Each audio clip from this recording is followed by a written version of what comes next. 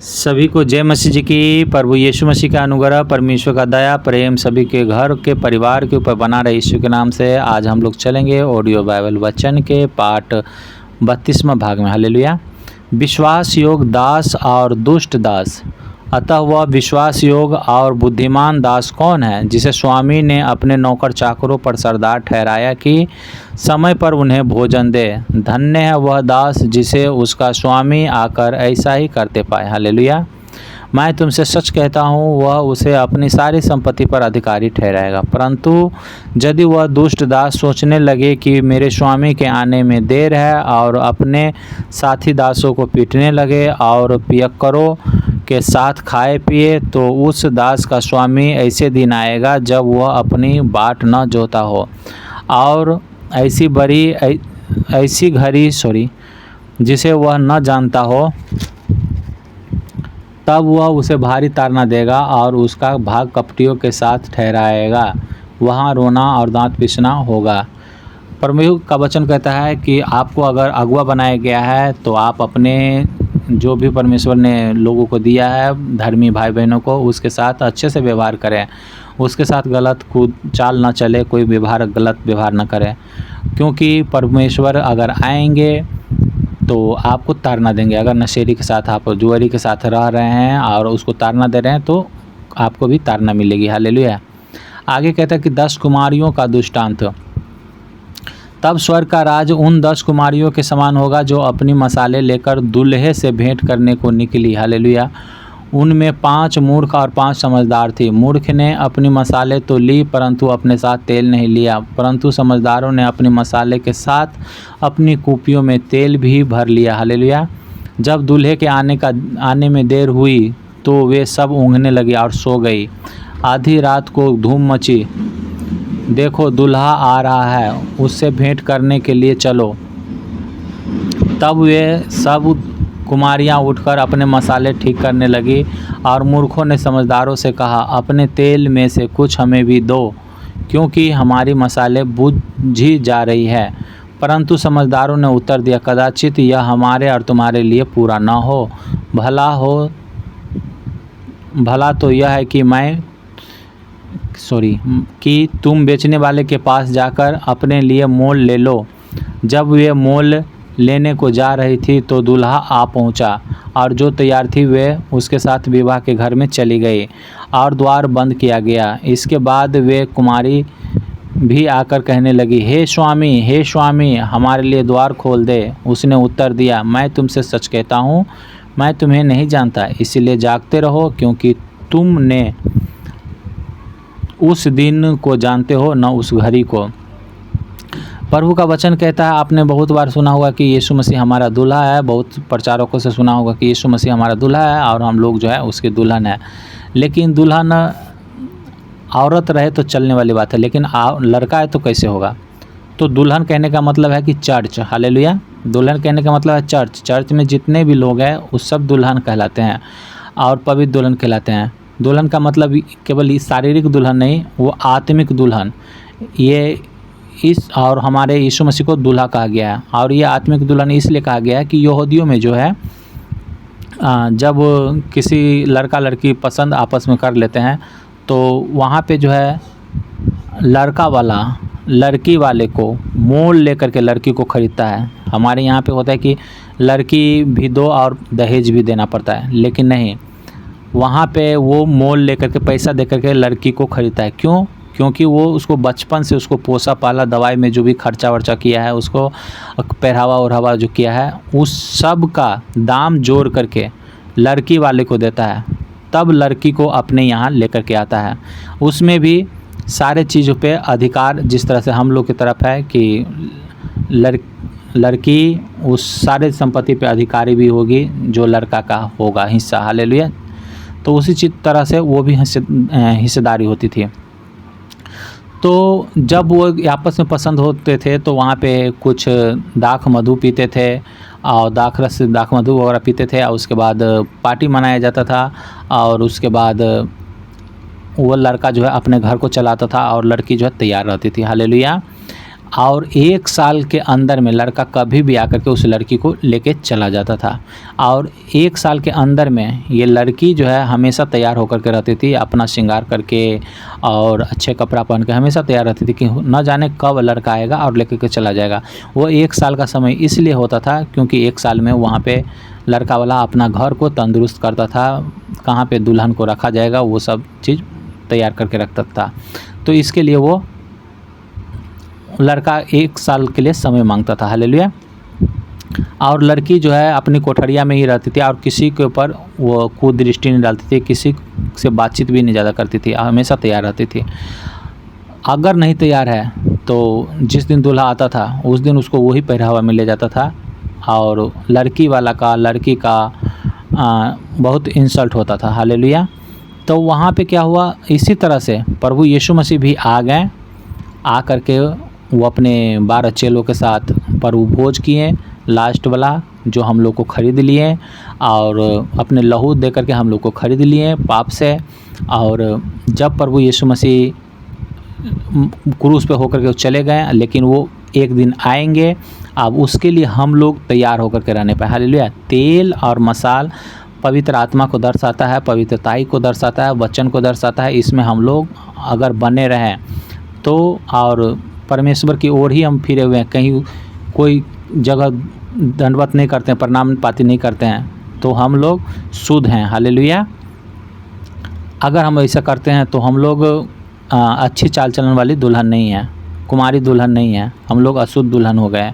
तो इसीलिए इस तरह से नहीं कर करके जो है हम लोग जो पवित्रताई में रहते हैं, ताकि जब प्रभु यीशु मसीह बादल पे आएंगे तो हम उनके पवित्र दुल्हन के जैसा दिखाई देंगे और वो हमें ले करके चले जाएंगे। अभी हमारे लिए वो घर तैयार करने के लिए प्रभु यीशु मसीह अपने पिता के पास में गए हैं। उन्होंने कहा कि मुझे जाना अनिवार्य है क्योंकि मैं तुम्हारे लिए घर तैयार करने के लिए जाता हूँ। तो हमारे लिए घर तैयार करने के लिए गए हैं और कब वो आएंगे, यीशु मसीह ने कहा है कि मैं कब आऊँगा ये तो न तो किसी स्वर्गदूत को पता है, न मुझे पता है, केवल पिता को पता है। और उसी तरह से जब वो यहूदियों में लड़का वाला कब वहाँ पे आएगा लड़की को लेने के लिए, न तो लड़की को पता होता था, न लड़की के पिता को पता होता था और न तो लड़का को पता होता था, केवल लड़का के पिता को पता होता था।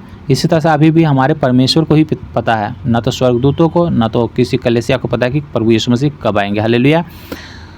तो फिर आप लोग में से कोई कहेंगे जब लड़की को नहीं पता, लड़की वाला को नहीं पता है कि कब आएगा बाराती लेकर के, तो वहाँ पे भोज कैसे तैयार करेगा, टेंट वगैरह कैसे लगाता होगा। तो नहीं, लड़की वाला के यहाँ भोज नहीं होता था, लड़का वाला के यहाँ भोज होता था। हालेलुया। आप वचन में देखेंगे कि प्रभु यीशु मसीह गलील के काना नगर में जब जाते हैं वहाँ पे भोज होते रहता है, विवाह भोज होते रहता है, तो लड़का वाला के यहाँ भोज होते रहता है, लड़की वाला के नहीं। हालेलुया। तो आप समझ जाएंगे इस बात से। हालेलुया। तो इसी तरह से प्रभु यीशु मसीह अब हमारे लिए घर बनाने के लिए गए हैं। जब बादलों पे आएंगे तो हम लोग तैयार एक सजा सजाया दुल्हन के जैसा अगर हम लोग रहेंगे तो हम लोग बादलों पे उठा लिए जाएंगे। और ये 7 साल तक जो है पृथ्वी में बहुत वो होगी, सताव आएगी। हालेलुया। परेशानियाँ, बीमारियाँ, समस्या बहुत बढ़ जाएगी, बहुत अकाल, बहुत संकट वाला दिन आएगा। लेकिन वो 7 साल तक जो स्वर्ग में उठा लिया जाएगा वो सब के सब आनंदित रहेंगे। हालेलुया। और वो 7 साल यहूदियों के लिए होता है कि 7 दिन तक लड़का लड़की अपने घर से बाहर नहीं निकलता है। और इसी तरह से हम लोग भी 7 साल तक परमेश्वर के संग संग रहेंगे। हालेलुया। और जो नहीं उठाए जाएंगे वो 7 साल तक क्लेश झेलेंगे। हालेलुया। तो परमेश्वर इन वचनों के द्वारा सबको आशीष करें और सभी लोग को मन में डाले कि वो हमेशा एक पवित्र दुल्हन के जैसा वो तैयार रहें। हालेलुया। और परमेश्वर का आशीष पाए और स्वर्ग में भी उठाए जाएं। आप किसी भी तरह से नर्क में ना जाए, किसी तरह से कुचाल ना चले, किसी तरह से जब प्रभु यीशु मसीह को मान लिए तो प्रभु यीशु मसीह के केवल आशीष लेने के लिए नहीं बल्कि परमेश्वर में सदा बने रहने के लिए और सारी बुराइयों से, सारे नशा से, सारे गाली गलौज से, झगड़ा झांटी से, चोरी चमारी से दूर होकर के परमेश्वर की केवल महिमा करते रहे क्योंकि परमेश्वर को यही भाता। हालेलुया। आगे हम देखते हैं तोरों का दृष्टांत, क्योंकि यह उस मनुष्य की सी दशा है जिसने परदेश जाते समय अपने दासों को बुलाकर अपनी संपत्ति उनको सौंप दी। उसने एक को 5 तोरे, दूसरे को 2 तोरे और तीसरे को 1, अर्थात हर एक को उसकी सामर्थ्य के अनुसार दिया और तब परदेश चला गया।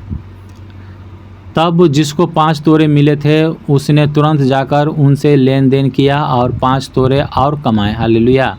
इसी रीति से जिसको 2 मिले थे उसने भी 2 और कमाए, परंतु जिसको 1 मिला था उसने जाकर मिट्टी खोदी और अपने स्वामी के रुपयों छिपा दिए।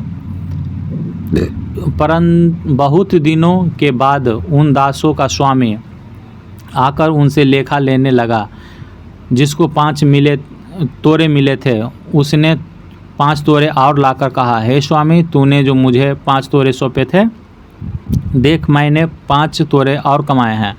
उसके स्वामी ने उससे कहा, धन्य है अच्छे और विश्वास योग्य दास, तू थोड़े में विश्वास योग्य रहा, मैं तुझे बहुत वस्तुओं का अधिकारी बनाऊंगा। अपने स्वामी के आनंद में सहभागी हो। और जिसको 2 तोरे मिले थे उसने भी आकर कहा, हे स्वामी, तूने मुझे 2 तोरे सौंपे थे, देख मैंने 2 तोरे और कमाए।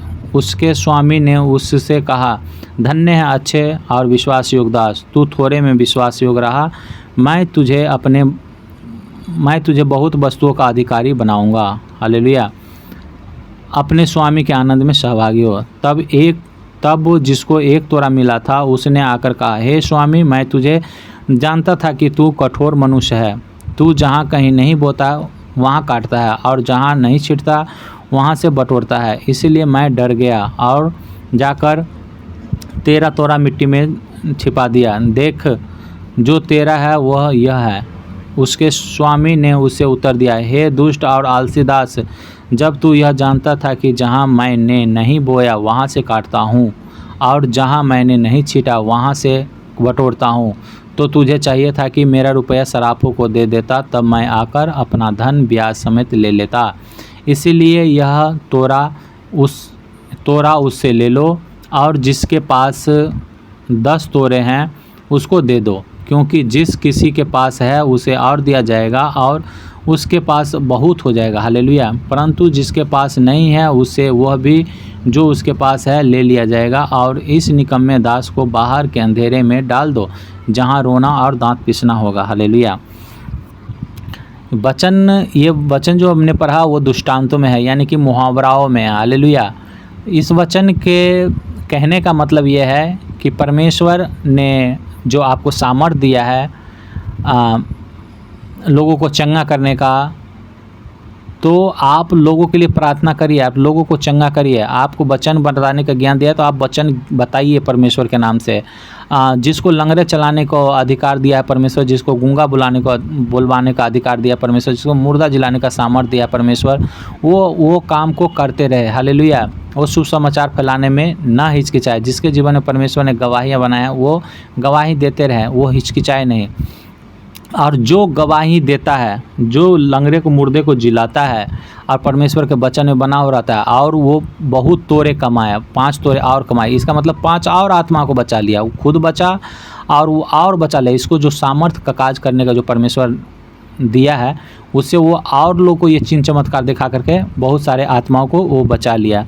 और जिसको 2 तोरे मिले हैं वो जिनके जीवन में थोड़ा सा चमत्कार हुआ और वो चमत्कार बता करके जो है वो दूसरे को और दूसरे तीसरे को जो है परमेश्वर का शुभ समाचार सुना करके वो परमेश्वर के राज में मन फेर लिया, उसको पापों से दूर करके उसको परमेश्वर के राज में फेर लिया। हालेलुया। और तो इसको और वो आशीष दे रहे परमेश्वर और उसको धन्य दास कह रहे हैं। लेकिन एक जो था, जो 1 तोरा दिया था वो मिट्टी में छिपा के रखा था। इसका कहने का मतलब ये है कि एक जन था जो आशीष पाया, बरकत पाया प्रभु यीशु मसीह को पा करके, लेकिन वो किसी को सुसमाचार नहीं सुनाया, किसी आत्मा को नहीं बचाया। उन्होंने कहा कि अगर परमेश्वर सबको बचाना चाहता है तो वो खुद ही बचा लेगा, हम क्यों जाकर के शुभ समाचार सुनाएं। हालेलुया। वो ज़्यादा वचन का जो ज्ञानी होगा वो कहा कि परमेश्वर का वचन कहता है कि तुम्हारे उत्पत्ति, फिर सृष्टि की उत्पत्ति होने से पहले तेरे नाम जीवन के पुस्तक में लिखे हुए हैं, तो परमेश्वर खुद ही उसको बचा लेगा। इस तरह से जो सोच रहा है और वो किसी को सुसमाचार नहीं सुना रहा है, अपनी गवाहियाँ नहीं बता रहा है, तो वो दुष्ट दास उसको कहा गया है। हालेलुया। और उसको परमेश्वर के वचन पर चलने के बावजूद भी उसको नरक में डाला जाएगा, क्योंकि वो दूसरे को सुसमाचार नहीं सुनाया, उसके द्वारा कोई और नहीं बचाया गया। हालेलुया। तो इसीलिए अगर हमारे जीवन में प्रभु ने गवाहियाँ बनाई हैं, आप परमेश्वर में आकर के आनंदित हैं, तो औरों को भी बताएं कि परमेश्वर आपका कैसा परमेश्वर है, कैसा दयालु परमेश्वर है, कैसा सामर्थी परमेश्वर है, कैसा महासंकटों से परेशानियों से छुड़ाने वाला परमेश्वर है। ये सारी बातें उनको बताएं, ताकि जैसे आप नहीं नष्ट होंगे उसी तरह से वो भी नहीं नष्ट होंगे, जिस तरह से आप आनंदित होंगे उस तरह से वो भी आनंदित होंगे। हालेलुया। तो कहिए परमेश्वर को, हे मेरे पिता, आप जैसा चाहते हो वैसा मुझे बनाइए, और जो सामर्थ्य आप हमें देना चाहते हो वो सामर्थ्य आप हमें दीजिए, ताकि मुझे उस सामर्थ्य के द्वारा जब लोगों को आपका वचन सुनाए या आपका नाम से हम प्रार्थना करें तो वो आदमी चंगा भी हो जाए और हर एक पाप बुराइयों से दूर होकर के पवित्रता ही जीवन जीने लगे, और तेरी आनंद को देखे और तेरे राज में भी आने पाए, और हम भी आपके नज़र में धन्य कहलाएं। हालेलुया। तो परमेश्वर इस वचन के पढ़े जाने पे, सुने जाने पे सबको आशीष करें, और गॉड ब्लेस यू ऑल। परमेश्वर का अनुग्रह, प्रेम, दया सभी के ऊपर बना रहे। हर एक जन के घराना पूरे निरोग तंदुरुस्त रहे, जीवित रहे, और किसी को किसी भली वस्तु की घटी न हो। मुँह मांगा वरदान परमेश्वर की ओर से मिलते रहे। यीशु के नाम से इस दुआ को मांगते हैं, स्वराज पालते यीशु के नाम से, आमीन। God bless you all. आगे दिन हम 33वां नंबर का पाठ देखेंगे। ओके।